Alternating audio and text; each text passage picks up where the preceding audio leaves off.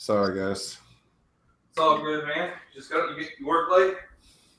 Yeah, Camp didn't eat till 6 today. Didn't eat at all?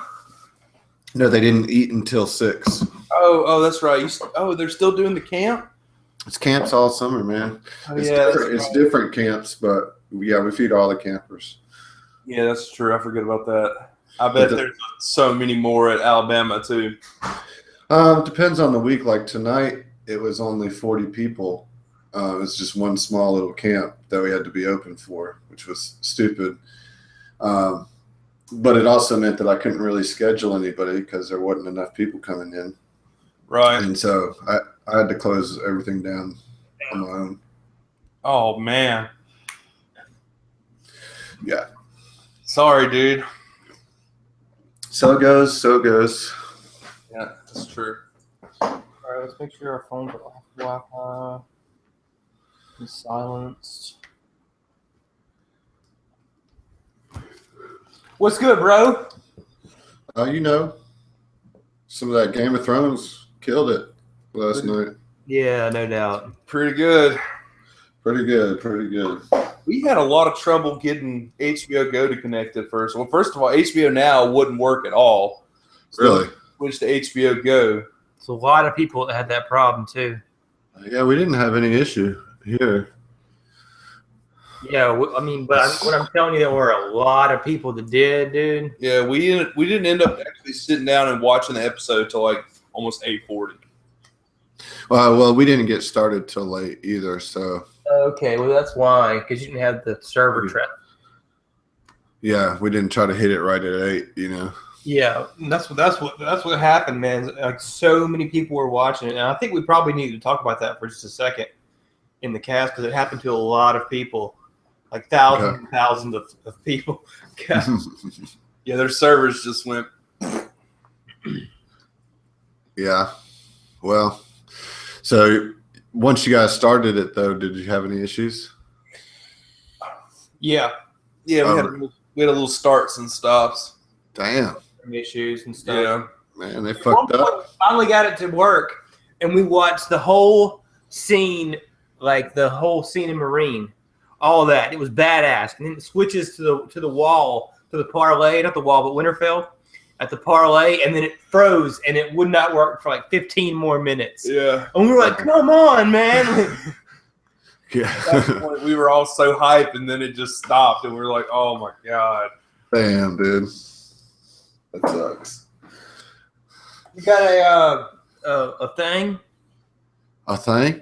Yeah. No, I don't. Yeah, we don't really need one. I know. It's like two things happened, you know.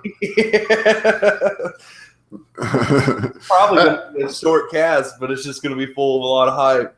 Yeah. I didn't even watch the damn episode. Oh. Yeah. What'd he say? He said I'm behind, or I'd love to. Yeah, he hadn't seen this yet. He don't even know. Yeah, I think the last episode he saw was when Arya got stabbed. Yeah, he said he's about to watch episode 8. Yeah. Oh, well, fuck, yeah. All right, y'all ready? Yeah. All right. Let's do it. All right. Welcome back to Southern Tomfoolery. We're here to just discuss Game of Thrones Season 6, Episode 9, The Battle of the Bastards. Yeah, another epic Episode 9 for us, probably the last that we'll ever get. So without further ado, let's get into it, guys. Yeah. Apple Monster, what's up? What's up, man? What's up, Higgins? Back at it again, my friend. Do you want to thematically sum this up, or should we just go for it? Okay, guys. So, Season 6, Episode 9, The Battle of the Bastards. John versus The theme was about battles. Yeah. All right. Woo. Yeah. Good job. You nailed it. Dude, I feel like that was probably my best one yet. Did you work on it all day? Dude, I spent countless hours summing this one up. I Yeah. don't know, man. Yeah, man. It makes me actually miss the fact that we used to do music for this segment. You know, I feel like that needed a musical introduction. Yes. It's pretty epic. I really wish we could have had that. We could have had a musical introduction, but okay, yeah. So John versus Ramsey. Let's get right into it. Well, before we get to that, let's talk about Marine first. Man, Dragon Money was in top form. It was this just week. dollar signs rolling left and right on the screen. Yeah, man, but it looked great. I mean, even I was like, all right, Summer, you did die for something. Yeah. You know? This is what the Wolves died for. And it was awesome. It was pretty epic. They couldn't even afford to put Ghost in this episode because there was so many dragon shots. Yeah. I'm not complaining. And Giants, you know. And Giants and just general mayhem. Yes, Yeah. chaos. Yeah, I mean, boats and everything. It's not easy to make those look good, you know. Right. But it was so good. What do we have? Well, I mean, it's like I have a hard time like figuring out what like scenes that we actually need to talk about because it's just like, oh, this battle scene was dope, you know? Yeah. Well, all right. So let's talk about kind of the political resolution that went down in Marine. Daenerys gets back and says, all right, we're going to deal with these masters once and for all. What I do appreciate is Tyrion saying, look, this was bound to happen, but we really are doing good things here. You know, you just came at a bad time, but kind of the perfect time because we need you to go wreck some shit, you know? Oh, yeah. And so it worked. I thought that was pretty cool. That I really liked Tyrion and Daenerys' interactions, and I'm glad that they're back in the same place again because they're so different. They're just so different. Mm-hmm. Well, they offer different approaches. Tyrion is more of the tempered political mind, whereas Daenerys is, you know, she's a Targaryen. She's all fire. Yeah. Well, it kind of aggravated me at first because I was like, "Are you seriously mad at Tyrion because these folks decided to invade on the day you came back?" Yeah, like, really, dude. I for real? noticed that. Yeah, like I didn't really get why she was so upset. I didn't either. Like, how is this his fault? Well, but she listened to him, so I don't think she was totally mad at him. I think she was just being queen. Like, hey, man, you know, you should feel a little sheepish right now because what the fuck is going on? You know, like I'll let you tell me, but I'm not happy about it. You know, and that's who Daenerys is, and that's, you know, she is. She's all fire and blood, man. Like, and this episode, damn, dude, she brought 3 dragons down on those ships. And Well, man, I'll tell you what I really enjoyed was the parlay with the wise masters. yeah, Oh, man. They came out of the gate just talking mad shit, being like, okay, here's what you're going to do. You're going to be Unsullied. You're going to have the dragons put down. You're going to do this. You're a beggar queen. And she's like, oh, no, we're not here to discuss my terms of surrender. We're here to discuss yours. yeah. I loved Grey Worm taking out 2 of them. Yeah. Oh, that was so great because they were so willing to give up their homeboy. And Grey Worm is like, well, then you guys need to be the ones to go. I thought it was silly, or I thought it was funny because they were like, "This man doesn't speak for us." When 5 minutes earlier, he was literally speaking for them. He was like, well, the guy in the blue and yellow robes, I felt like he was probably the most heinous one. yeah, You know. Yeah, well, we've seen him back. I guess what was it, season 4? She met with him outside of Yunkai. yeah. Was that season 4 or 3? I think that was 3. Danny's been at it for a while. Shit, man. I don't know. Yeah, she's been not in Westeros the whole series. But after some Dracarys on ship action, she appears to have gained some ships. I just want to point out that for everyone who thought that the dragons were already free, we did indeed see them bust That's what I'm out. saying, dude. Right? That's some vindication. Remus, if you're listening, we were right. You were ridiculously wrong. I just wanted to point that out. Yeah. I was like, right in your face. The dragons are still in captivity. Yep. That's why they were smaller than Drogon. And I thought that was Drogon, yeah. good. they were noticeably smaller, like half his size, you know? Yeah. Well, Drogon was always the biggest one anyway, but them not being in the wild did indeed stunt their growth. Yes. I mean, Drogon's been feasting on sheep for months now. And little girls. And just whatever, really. Whatever. He's a dragon. Yeah. God knows what, really. But, so she does make the pact with the Greyjoys, you know? Yep. There's an alliance there. And, you know, Yara's like Bud Light. She's down for whatever. Oh, Lord. Yeah, she is. I hate to nitpick in this episode because we got so many awesome things. But it was just like, next scene, it's like, oh, hey, the Greyjoys are here.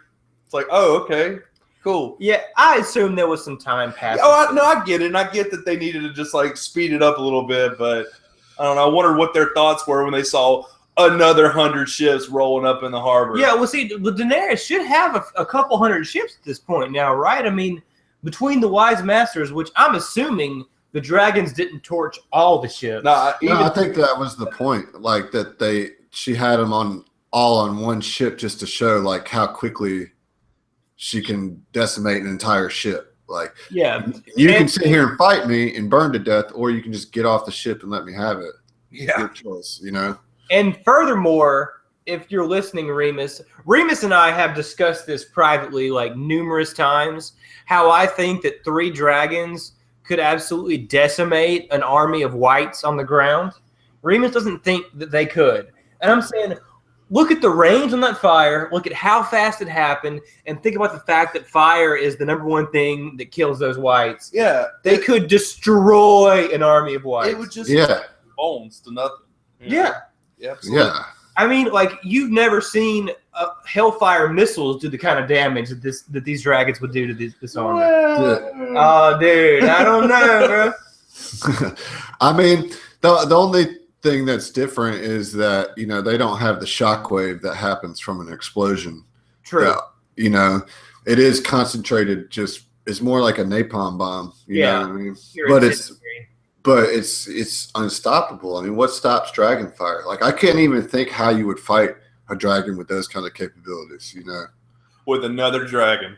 3 of them. You want a dragon for sure. Oh, yeah. I mean, bows really not very effective. I mean, sure, you could put, like they did with 1-1. I mean, just look at 1-1. He had like 700 arrows in him or something like by the end of it. Yeah. Still walking around. So a dragon, dude? Right. Your archers are useless. Yeah. I mean, you know, they were launching those like fireballs from the ships. Yeah. You know, I think if he'd taken one of those to the belly, it might have done some damage to him, but you know, they were flying high enough and then just got down up in it. So but the maneuverability, I mean, it's not like you have an arc to one of those things. Yeah. I'm just saying it would be tough. It would be tough. So dragons for the win. Yes. So quickness aside, though, the Greyjoys did join up too. So I mean, she's got quite the force at this point. You know, she's got Unsullied. She's got the Dothraki horde, like all of it. Mm-hmm. Yeah. She's got over 100 ships. You know, somewhere between 100 and 200 ships. The Second Sons. The Second Sons. She has any fighting men that are going to come out of Marine, you know. Mm-hmm. And then 3 fucking dragons. I mean, I'd be feeling pretty good about my chances at this point. Did you say all the Dothraki? Yeah, he said all of them. Yeah. Because it is every one of them. Yeah. But what my question is, when she gets to Westeros, what's going to be left for her to conquer?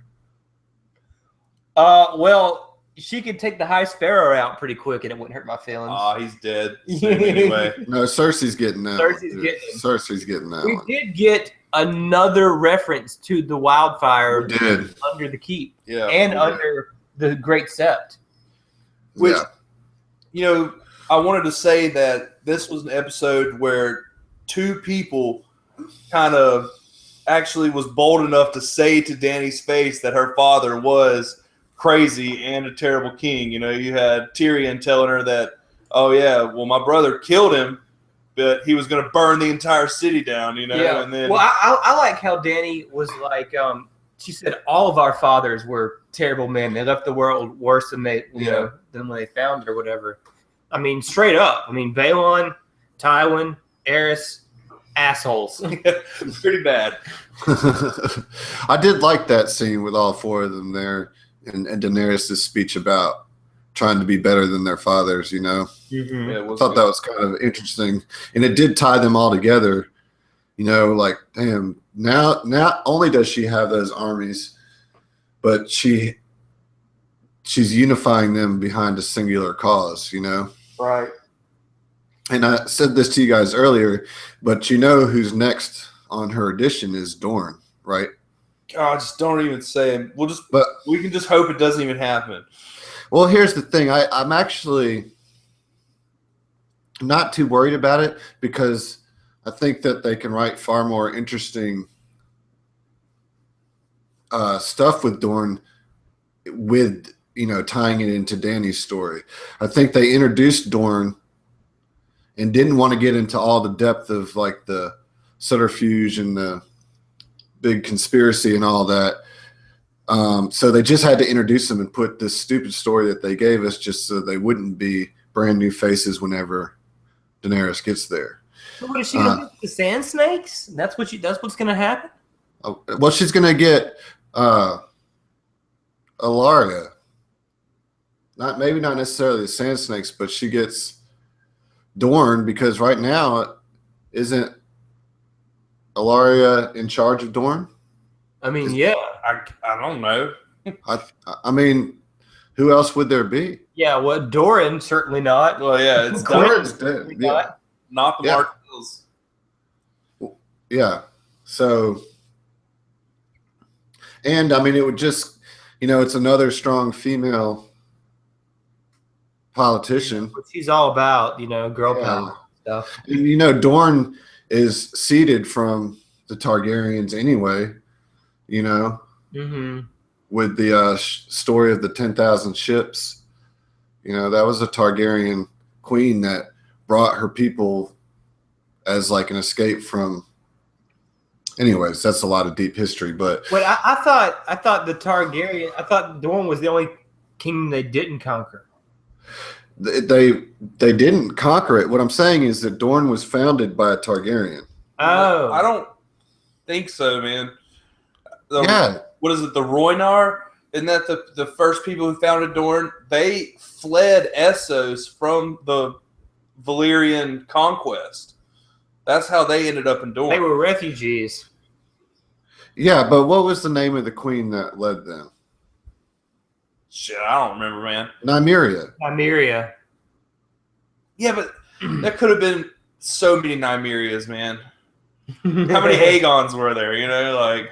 Well, that's my point. Is she was a Targaryen. Yes, they are the Rhoynar because that's where they came from, but they were led by a Targaryen queen. I don't know enough about it to dispute you. So and go ahead. Daenerys is also kin to the Martell because she's Rhaegar's and Elia's daughter. She's Aerys and Elia's. Aerys. Yeah. Rhaelia, which was not she was not Dorne from Dorne. Aerys' wife? No, I get. No, she was a Targaryen. Oh. Yeah, she's an aunt to those children, though, right? Yes. Okay. So confused? It sounds like we're all confused. Well, but my point is that Dorne is ripe for Daenerys' taking. Okay, sure. We took the long way to get there. Well, I don't even think. And you guys are wondering why the Dorne conspiracy wasn't on the show? Right? Well, I was kind of thinking she wouldn't even get to Dorne. I figured by the time she made it to Westeros, which we got probably another 15 years in real time before that ever happens, but she probably will just go straight to the wall. is what I was thinking. No way, dude. She's taking boats. She's gonna hit what Dorne first. March up to King's Landing. You know what I mean? Well, yeah, but I figured once she lands, they're just like she's got to hear about I figured by the time she hits, the White Walker invasion is probably going to be in full swing. I mean, don't you think it would feel like it was her duty to save the entire realm that she's trying to rule? I mean, yeah, I do think that'll eventually be the case, but I do. It seems to me is that she's going to get to Westeros. We know that the dragon flies over King's Landing at some point. Yes, that's true. Yeah. That's true. So my thoughts were that she starts in King's Landing, probably hears about it there, and decides to go and help Jon. Yeah. Once she finds out her nephew's in trouble, needs some help up there. So when are we going to get R plus A equals J? Next episode, dude. Totally. We're getting Totally. Well, if you looked at the scenes from the next episode, there was this little clip where it showed Bran kind of like both his hands on a tree.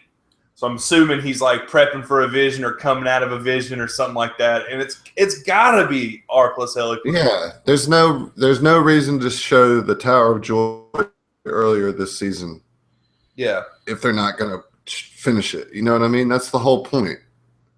Yeah, it's gotta. I guarantee you, it's next episode. Good, my body's ready. I want it. Yeah, I'm hyping up for it. Season of hope, dude. Still alive, man. It is, dude. I'll tell you what.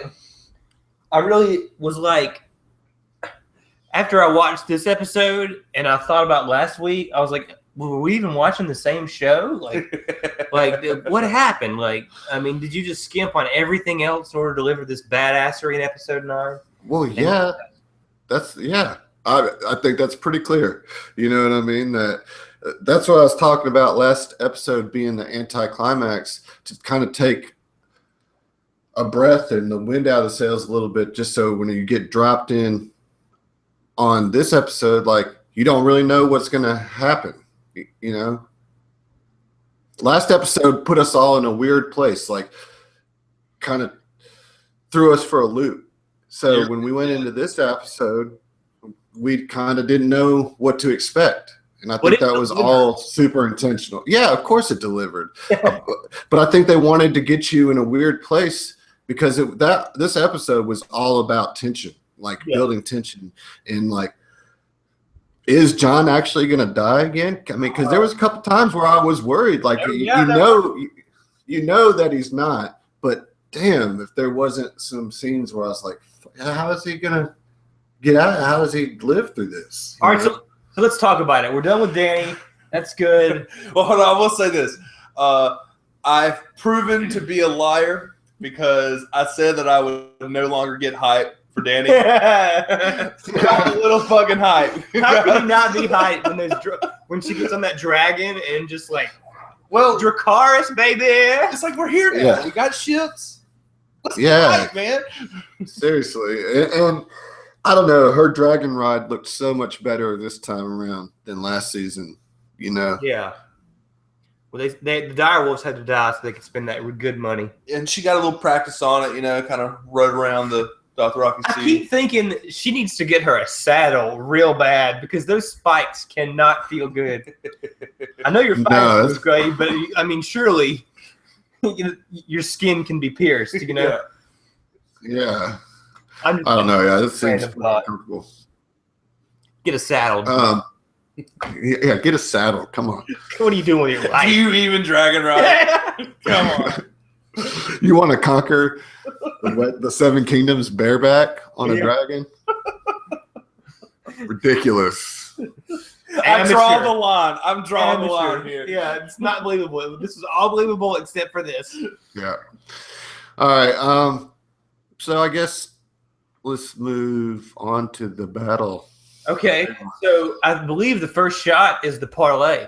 Yes. Mm-hmm. Which was, to me, Ike, excellent. Yeah, that was a great scene. Yeah, I love the way Jon calls Ramsay out. You know? Mm-hmm. I was, man, for a second, I was thinking, dude, let's get that 1v1 in there, you know? Let's do You it. knew Ramsey wasn't going to do that, though. Ramsey was no way going to do that. Yeah, no, because he's a little bitch. But look, I thought that John, in particular, really had the leadership aura about him at that parlay. Like, in that sweet new cloak that he's got, he's like chilling on the horse. Like, I don't know, man. I would follow that motherfucker into battle, dude. Heck yeah. I love Sansa's line to Ramsey. Lord Bolton, you're going to die tonight, Lord Bolton. Enjoy your rest. And she off. Yeah. You're going to die tomorrow. Sleep well. Yeah. And Ramsey's just still talking shit the whole time, you know? Yeah. Oh, I can't wait to get her back in my bed. Yeah, God, he sucks so bad. I think most people who are watching that were just like, you fucking scumbag, you slimy little shit, you know? Dude, I know everybody that was watching it was saying that. Like, we've been wanting Ramsey to die for quite some time now. And this whole episode, I was just grinding my teeth waiting for it, you know? But yeah, that parlay was really good, and it really kind of set the tone. I'm glad that they got to like interact before the fight, you know. We had the Leanna Mormont stink eye. Oh yeah, Leanna wasn't having any of his shit, dude. Oh man, No. I wish we got more of her.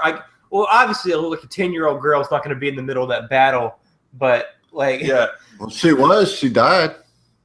Yeah. Wait, what? Yeah, she died. That was her. Yeah. I missed that. When the body that they brought through Winterfell that John looked at, that was her. That was Rickon. That was Rickon, and he said, bro. He said, it was Rickon. Put him. It was Rickon. You almost gave me a heart attack I was just like, now. I watched this twice, man. How did I miss that, dude? Dude, I was about to freak out. My girl died. Like, it was Rickon because he said, Rickon. Take him to the crypt and bury him next to my father. Exactly, yeah. That's right. Yeah. Okay. All right, Lycan. Sorry, guys. Sorry. Man, you got me worried, man. bro. Hype killer right here. Next thing we had, what did we have? Tormund and Davos and John in the tent. Oh yeah, they were Discussing strategizing. Yeah. He and Sansa had the argument. Apparently, they just have to like dumb everything down for Tormund.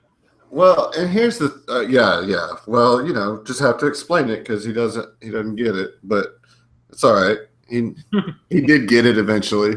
But here's where I start having a little bit of issue with the conversation between John and Sansa. Like at first I was into it, but then Sansa kept not saying anything, you know, and John was asking her point blank, like, oh, what do you want me to do? Like, you keep telling me this. What do you want me to do? Why did she not tell him about Littlefinger in the Vale? Like, I know why, because they wanted to have dramatic tension in the battle, but from a logic standpoint, it's ridiculous. Well, I think also that she didn't know 100% if they were going to come or not, you know? She did. I mean, still tell him. Like, if she had told him, hey, just wait one more day. Yeah. And I might have you a whole regiment of mounted knights. You know what I mean? Like, why would she not tell him that? Well, they could have saved so many more lives. Yeah, well, here's another thing, though, that you also have to think about. If they would have waited one more day and then the entire army of the Vale lined up next to all the wildlings, I mean, if I was Ramsay, I just would have pulled my entire forces back into Winterfell and said, okay, siege me, bitches. Like, I can last way longer in here than you can out there. Well, we've already shown that 1-1 don't give a fuck about their door. Well, that's true. That's true. Yeah, no. I don't know. I mean, it was basically so you could have that Helm's Deep moment where here comes the cavalry, you know, from the side and just crashes through. Rohan. Yeah. What was it? I mean, it was Peter looked from that coming on the third day at Don Baelish. Yeah, I saw that line. It cracked me up so much.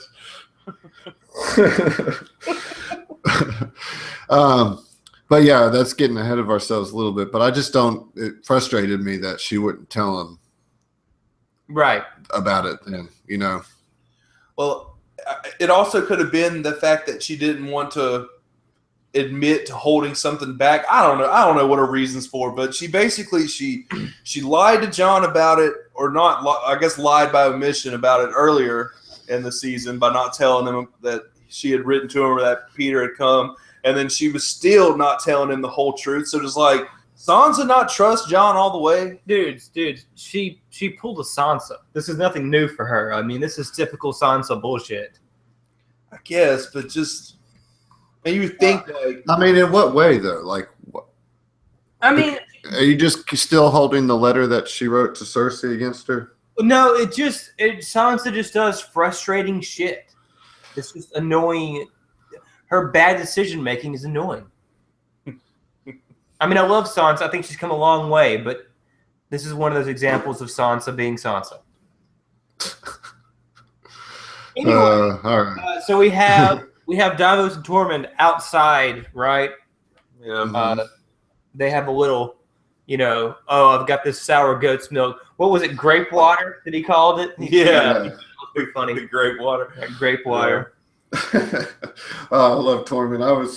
I was worried for him all episode, man. Dude, okay. And Davos, man. So yeah, that was me. I was just like, okay, we know that Game of Thrones giveth, so it taketh away. Mm-hmm. And I was just like mentally preparing myself before the episode going, okay, Tormund's going to die. Davos is going to die. Yeah. Rickon's going to die. One's going to die. Like, when we were getting ready to watch the episode, Higgins just kept saying, "Rest in peace, Tormund." I was like, dude, shut up, man. Like, just stop saying stuff like just that. Just preparing myself for the possibility. Damn it, man. But yeah, their conversation was funny, and I guess then you had John and Melisandre, right? Yeah. You had. Go ahead. Well, Mel just kind of like is half-assing it at this point. Like, oh yeah, man, Mel sucks.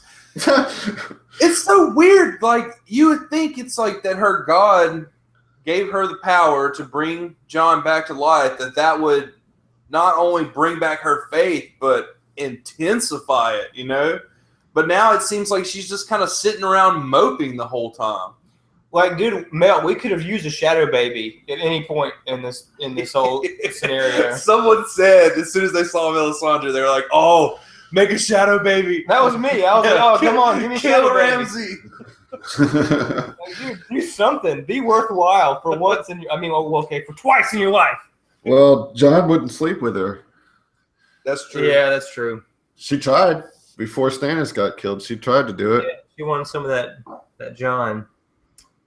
Well, yeah, and the thing is, no one really knows that John has king's blood either, I guess. She did, though.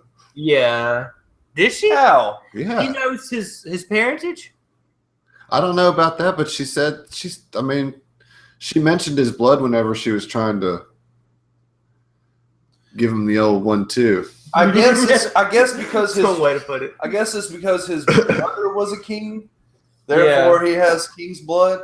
But that's just weird. It's like, so I could be a nobody, but I could just pick up a round iron circlet, put it on my head, and call myself a king, and all of a sudden I have magical properties in my blood? Like, how the fuck does this work? No, I think she was referring to who he actually is.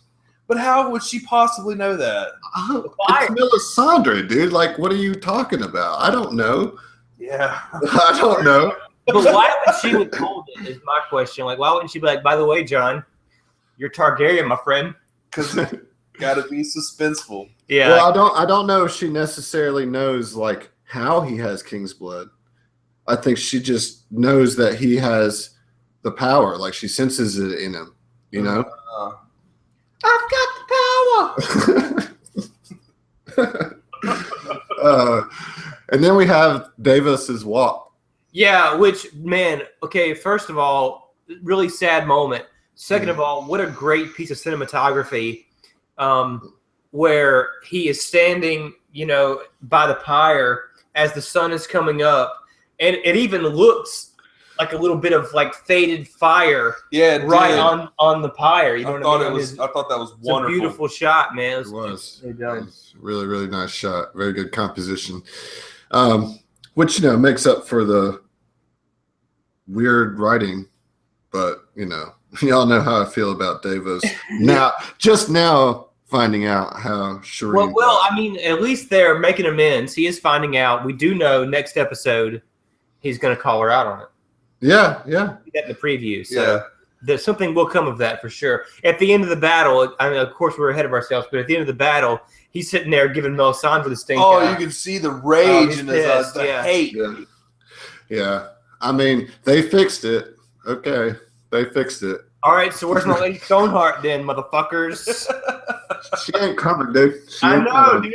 I'm upset. That's all.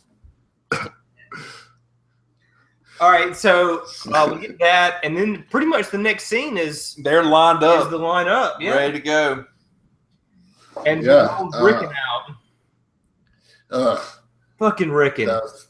God, that was such an injustice to Rickon's character, man. Everyone in the world. What character, though? What kind of development has Rickon possibly gotten through this entire fucking series? Nothing. I was way more sad when 1-1 got it than when I saw Rickon get it. I was like, I wasn't sad. I wasn't sad at all. That's my point. Is like his whole existence was just to be dramatic, just to add dramatic tension. Well, yeah, that lies fault to George Martin too. Like Rickon only existed to die at some later point and have really no impact on the story.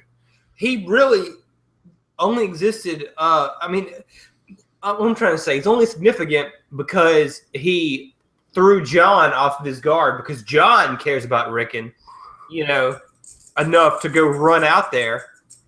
Right. Which I just want to say, I think the entirety of the world, like not just the viewers in America, but the viewers worldwide, were all shouting, "Zigzag, you idiot!" Yeah, for real. Like you're just running in a straight line for real. It was silly. Yeah, man, it was so dumb. I mean, I get that you're panicking and whatnot, but I think. Even if I was freaking out, I would be like, okay, I just need to juke a little bit. Yeah, it's a fucking arrow, dude. It's not an arc. It's got a trajectory. Like, you can dodge this, dude. Did you not see Apocalypto, man? Seriously. That's what I was thinking the whole time. And they even made a point of how long it took for the arrows to land, Yeah. Like, he tripped over the second one and then got there and the third one went through him, Mm-hmm. And it was like, all you got to do is turn around and look to see when he fires and then just go a different direction. Right. And then look, just run, look behind you. As soon as he fires, go a different direction because he can't course correct once the arrow is fired. Exactly, yeah. I mean, I get that he's a child and everything, but like, dude, give the kid some credit, I guess. Man, this is Westeros. You got to grow up quick. Yeah, dude. I mean, you've been living like in the wilderness for years now, dude. No, he's been with Umbers. Apparently a captive. He was the captain of the Umbers the whole time. Yeah. Which the North did not remember, by the way. The North did not remember, dude. Oh. All right. So anyway. So here's Jon rushing out to catch Rickon, and Rickon falls. Now Jon is in the middle of the armies. I mean, by himself. Yeah. Which, man, again, I think we're going to keep talking about how good the cinematography was throughout this entire episode because it was fantastic. But Jon, by his damn self, here comes the cavalry charging right at him, and he's like, "Well, let's do this," and he just takes off his sheath and whips out long claw. He's like, "Fuck it, let's go. I'm gonna die." Yeah, it was more like him looking death in the face. Yeah, yeah.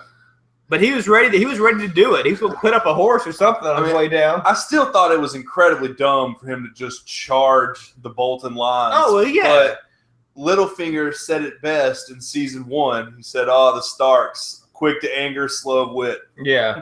Yeah. Well, Sansa even tried to warn him. Like. She even told him don't do that. Yeah, You're right. Yep. And she was right. She was. But, man.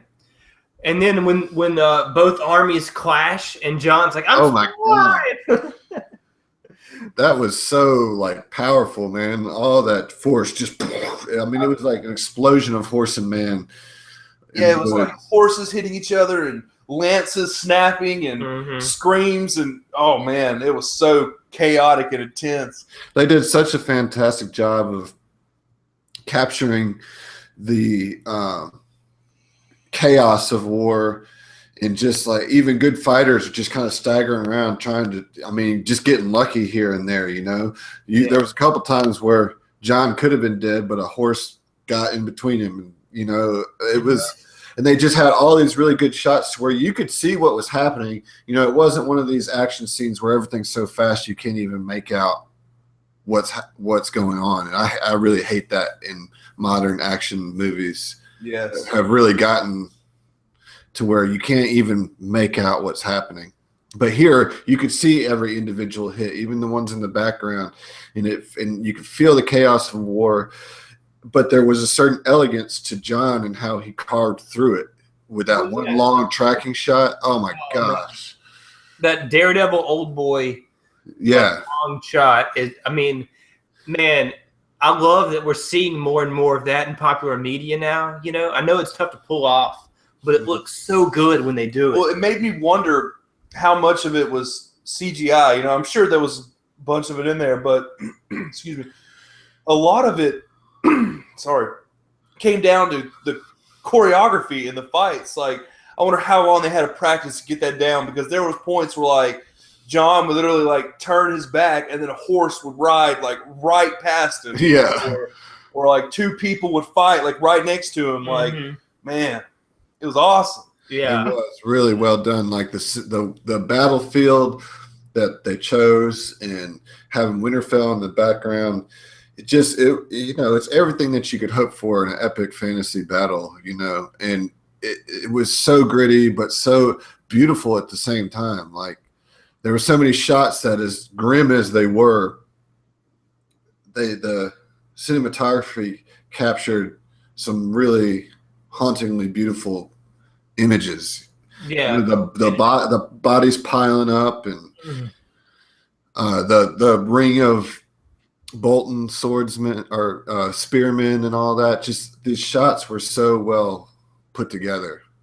Man, here's something that I thought was kind of weird. It's like, you know, all those cavalry, like all the guys, all the horsemen weren't just Ramses. They had to have been a mixture of the other two houses that were on his side. Like when they started shooting all the arrows in their own men, it's like, as a lord and a battle commander, how can you literally sit there and let one of your allies kill all of your men as well, just for the sake of killing the enemy? Like when that started happening, that's when I thought we were going to see the North remember a little bit, you know, but fucking no, they were just cool with it. They're like, yeah, kill our dudes, man. Fuck it.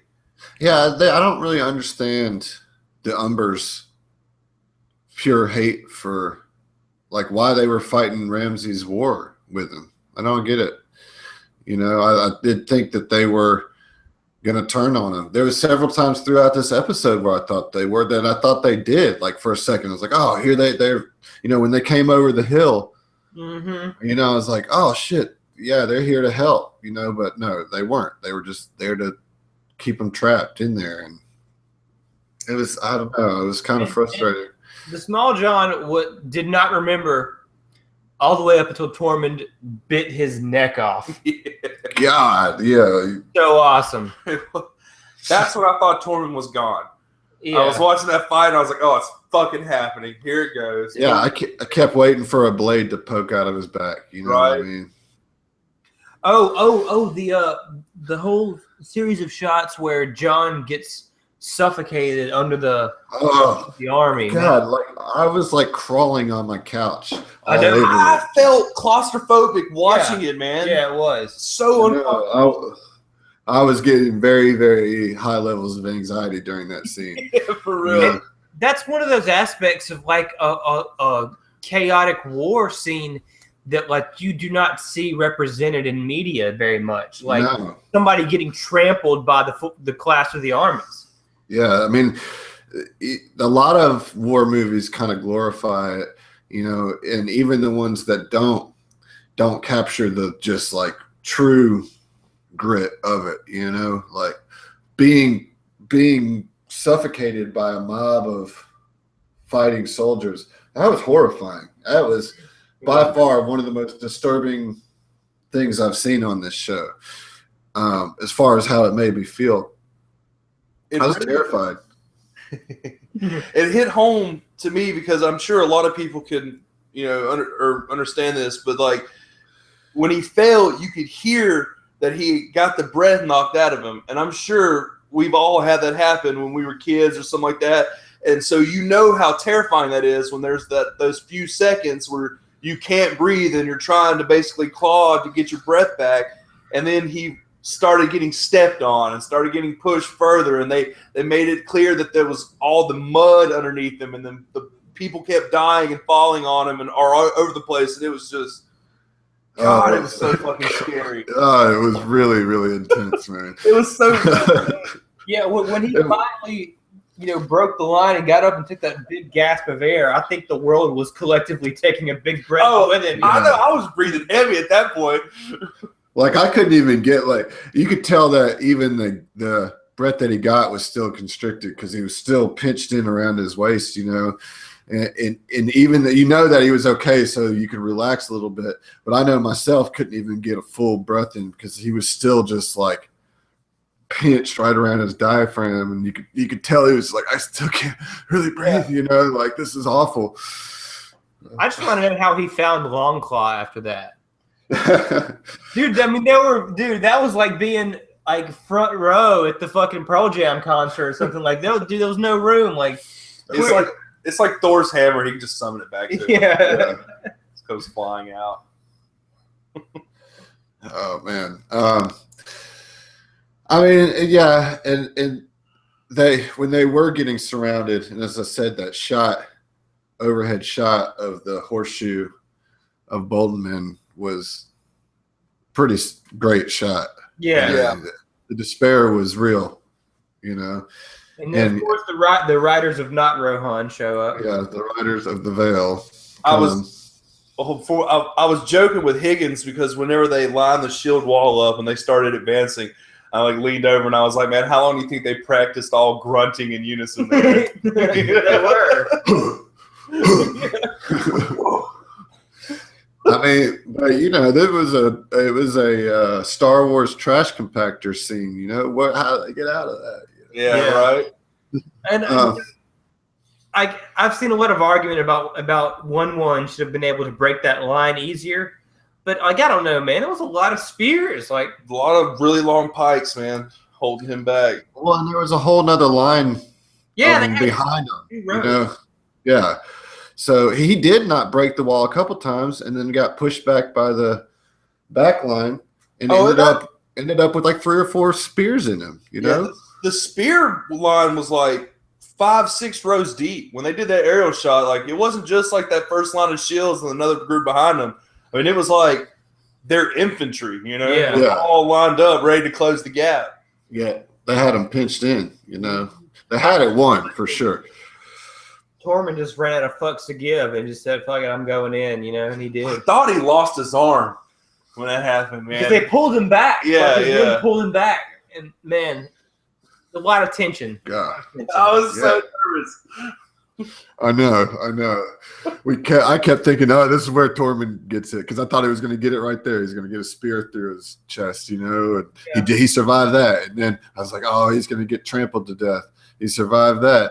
Oh, he's going to get stabbed by the Umber. He survived that. You know? I was fully ready to lose Tormund in this episode. I was. Not that I wanted to, but I'm saying I'd prepared myself. Yeah. Emotionally. I had to. I didn't think Davis was going to go. I feel like he has more to do. You know, John needs an advisor like Davis. Yeah, true.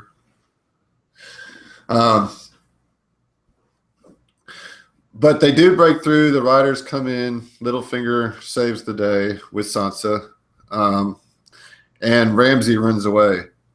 And I kind of loved this little staged chase, you know, where he saw him, he retreated a little bit, then went into the castle, and then they broke through there, and like all the way down to him being in the cage. I like how this whole battle narrowed down as he retreated further and further. Right. Because when it came right down to it, he was a little bitch the whole time. I mean, really think about it. He sent his forces out. He wouldn't 1v1 John. He sent his forces out. They got crushed when the riders showed up. So he goes retreat, says, okay, we're going to hold siege. 1-1, like a boss. One man's that door. Look, let me say this. Like, it's not necessarily him being a bitch, man. Like, okay, so like he said, John is already renowned for being a good swordsman. And he has a Valyrian blade. I mean, I'm not going to fucking get into a 1-versus-1 with him when I know I have an army twice his size. Like, yeah, I don't think that was a bitch move either. Well, all right, no. And then let me get to my point, though, okay? Which was after they break the line, and here comes John, and Ramsay's got archers all over him, and he goes, "Oh, well, I changed my mind about that 1v1." Like when obviously he would have gotten lit up, had he not. And then he gets the bow. And he's just shooting John at range as he's advancing towards him. I mean, he constantly was, I guess not fighting honorably or whatever. But, I mean, not that people fight honorably, but it's just like, dude, bitch move after bitch move, regardless if it was the tactical move to make. He went out like a little bitch, and John beat the shit out of him. And it was so satisfying. God, I know. I don't know if he went out like a bitch, man. He went out like a villain, but he was talking shit to his dying breath. Yeah, like a bitch. No, a bitch would be like a bitch would be like crying and wanting like, oh, don't kill me or whatever, like freaked out. He never lost his ego. I mean, I don't like him. I don't mean like a bitch in the sense that he's like crying and begging for mercy. Yeah, I just meant that he's a bitch, like a piece of shit asshole cunt. Look, I'm not trying to defend Ramsay at all. Please don't think that. But I thought that by the time that all his other guys were dead and he was alone, I feel like he was just resigned to it. He's like, well, I'm at least going to shoot this guy a couple times before everyone else kills me. It's kind of how I saw it. I do think he was an asshole all the way to the end. I certainly agree with that. And I loved how John just advanced on him and with just the shield. He threw down his sword, picked up the shield. Like, dude, I'm just coming to kick the shit out of you. Yeah. Fuck all this shit. I'm about to beat your ass to death. And then he was. And then he looked at Sansa. It's like, you know what? You ain't even my kill. Yeah. Your Sansa's kill. Because they set all that up. Like they put him in that room with the cages and let Sansa do it. I don't think he stopped because he didn't want Sansa to think he was a killer. I think he stopped because he's like, I'll let you do this. Oh, yeah. You need it more. When he was sitting there beating Ramsay and then he glanced up at Sansa, I seriously thought for a second he was just going to be like, hey, you want to get in on this? Yeah, you want to get a piece of I wanted Sansa to get down and start getting him. Yeah, at least give him a couple did. of boots to the face or something. She got him, though. Oh, she did. She did, but again, it wasn't like as viscerally satisfying in the sense that she physically assaulted him in the way that I wanted her to, I think when John first hit him with the shield and knocked him down, I think I started yelling, just tear his throat out. Like, just ripping his head off with your own hands, man. I know. Miss Lycan was saying, like, shouting at the TV, why are you letting him live? Just kill him now. Just kill him. Just cut his head off right now. Like, when he stood up, there was a couple of the girls that were watching this with us. They were like, don't pull an Oberyn. Like, don't let him live. Just kill him now. Don't get cocky. Seriously, like, he needs to die immediately. Yeah. But we did get – I felt like a pretty satisfying end to Ramsay getting eaten by his own dogs. Justice for Fat Waldo. Yep. Yeah, I mean, to me, it was the most like poetically. The most poetic justice that it could have been. I guess is what I'm trying to say. Yeah. But at the same time, again, I just wanted Sansa to slit him from navel to neck. I wanted her to tear his rib cage out and just rip out his still beating heart and then eat it. They should have played him first, man. That's what they should have done. But that's not who they are, man. No, I disagree with that. Ramsay, man. Yeah, I'm not saying that's what they would have done, or if that was true to their characters. It's just what I wanted. That's what I wanted to see. Which is really fucked up. That's how much I hate him. I shouldn't wish that on anybody. But if there was one person I would say, okay, flay him, it would be Ramsay. Well, if there's one person that deserves the most brutal, horrifying death possible in the show, it is Ramsay. Yeah. I mean, getting ripped apart by dogs is pretty bad. Yeah, it was pretty bad. You're right. Because it's not like that's an instant kill. No, you lived through a lot of that. Yeah. You get eaten alive. Yeah, you're right. That's pretty good. That's pretty good. I mean, that dog bit a piece of his face off. Yeah. Like tore his jaw off. Oh, goodness. Hardcore. That little Sansa walk away with the shadow of a smirk on her face was pretty. Yeah. That's the way to end it. Well, I mean, that's pretty much the gist of the episode. With an episode like, not a whole lot of analysis to do. It's more like just watch it. Just go watch it again. That's what all I can tell you guys, listeners. Yeah. Just go watch it again. Let it speak for itself because it was a visual feast. Yeah, It really was. I'm sure we'll have a ton to talk about after next week's episode. So maybe this will be our little calm before the storm. Yeah, I mean, there's really, at this point, we need to see the developments that occur in episode 10 to start speculating on season 7. Correct.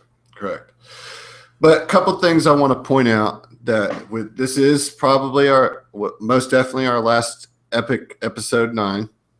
It's a good one to go out on. 1-1 was the last giant.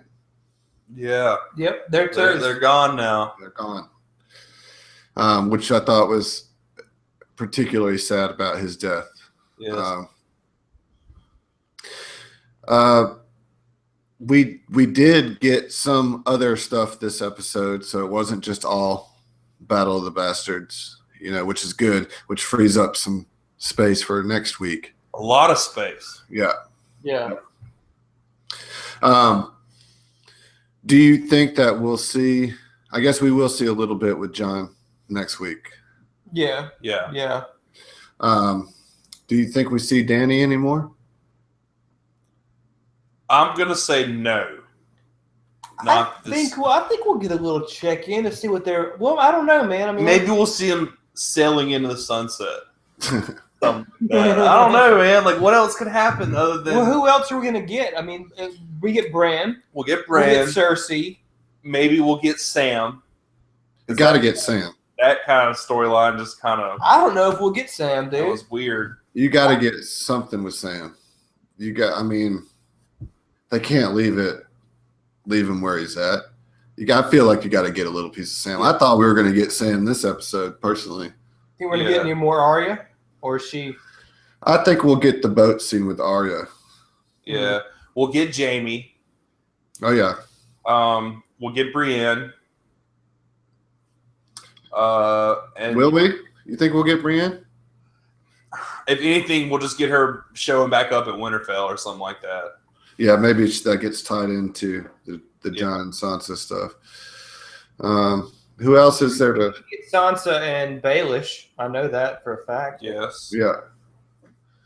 Well, we'll see. I mean, it's an extra long episode by 10 minutes, and a lot can happen in 10 minutes in this show. So It's true. What is it? 80 minutes or 70? 70. 70 again, like this week's. Oh, well, I think the episode itself is 70. So not the previously on and the post stuff. Oh man, that's gonna be a Nice, long dude. episode. All right. Finally, this is what we deserve after getting 50-minute episodes for Yeah. all season. Yeah. It'll be good. kill of the week, there's a lot to choose from. I know I've got mine. I've got mine. All right, go for it. Last. I'll go first then. All right. While I wanted initially to give it to 1-1, upon further consideration, I have decided to give it to Grey Worm. Double Oh, kill. dang, you took mine. That was not going to be the whole thing. So we're unanimous then. Yeah. Grey Worm. Grey Worm gets the unanimous kill of the week. Yes. That's awesome. Good job, Grey Worm. Yeah. We haven't discussed a player of the week. John, you know? I don't think so. Danny? Nope. Who's your player of the week, Lycan? Sansa. Sansa. Yeah. She won. She won the battle. She Yeah. killed Ramsay. Yeah, okay. Fair enough. Sansa, player of the week. Lock it in. Sansa. Rate it, Higgins. Yeah, it was badass. You know what I'm saying? Had Sansa ripped him from neck to navel and ripped out his rib cage and then tore out his still beating heart and then ate it, I would have given it 10 out of 10. As of now, I'm going to give it 9.9 Oh, out of 10. you're not going 15 out of 10? No. Yeah, your scale's way off, bro. 48.6 out of 10. There you go. It would have got 50 out of 10 if it wasn't for the lack of He ripped out his still beating heart and ate it. Yes, 50 out of 10. There we go. Now I feel more in line with your previous rating. All right, how about you, Apple Monster? Man, if the North would have remembered, I would have given it a 10 out of 10. But I'm going to have to go with a 9.5. Well, I'm giving it a 9 even out of 10. I thought it was great.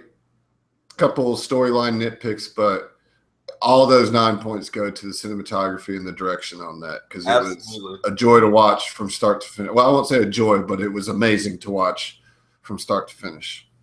Yeah. So 9.466666667. Yeah, I think this is our highest rated episode yet. Yeah. Is it? I don't know. I thought we rated. I know I rated season. I think I gave episode 2 a 10 out of 10 just because I was hyped for John. Oh my God! See, threw it all off. What did I give it? I gave it like You were in the 9s too, man. I don't know. I don't even. We'd have to go back and listen to it. I can't remember. Yeah. All right. Well, so for this episode, 9.46666. Yes. Yes. Yes. All right. Well, that's pretty good. It's pretty good. They earned it. Yeah. You guys got anything else? I feel like we ran so short. Shouldn't we ramble on for 45 more minutes? No, I'm sure our listeners will appreciate the short Guys, cast. this is for you. For sticking with it.